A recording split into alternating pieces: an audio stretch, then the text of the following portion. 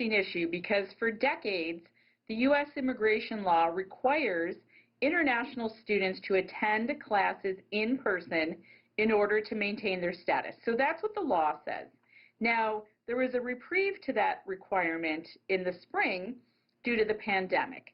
So the government came out and said, okay, we realize there's a pandemic, everybody stay home. We'll allow our foreign students to remain in status as long as they're safe and they're online.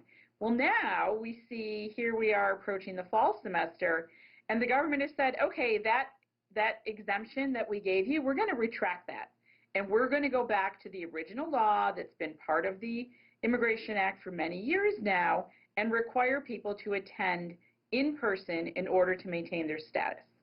Well, what's interesting is we're in the middle of a global health crisis. So if students can study online, get the job done, why force them into a situation that puts their health at risk, also the health of their classmates?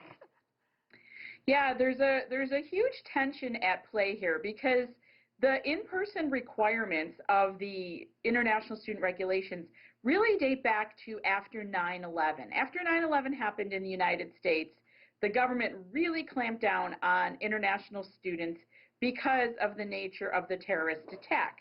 So the argument on the government side is we need people to be in person at our universities so they can report to their international student advisors, and we know at all times where they are. Now, I would argue they can do the same thing with technology. You can definitely know where somebody is, if not more, when they're online versus in person. So it's a very strange decision to make, but I think it's also a decision made in vain of the Trump administration trying to get the economy back on track, trying to say, we're good, even though there's still lots of problems, we want everybody back in school. Let me ask you a question. The last time we had a conversation about Trump's executive order on visa restrictions, if you are one of those international students dealing with this new ICE policy, do you have any kind of legal recourse here?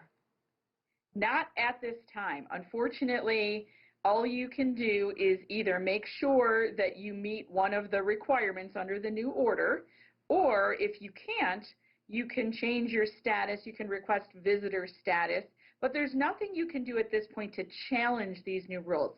They'll be challenged in time, but like anything, and like we spoke the last time, it takes timing to get litigation underway. So for right now, each and every international student has to look at their own situation and assess whether they can remain in status, whether they can go to school in person.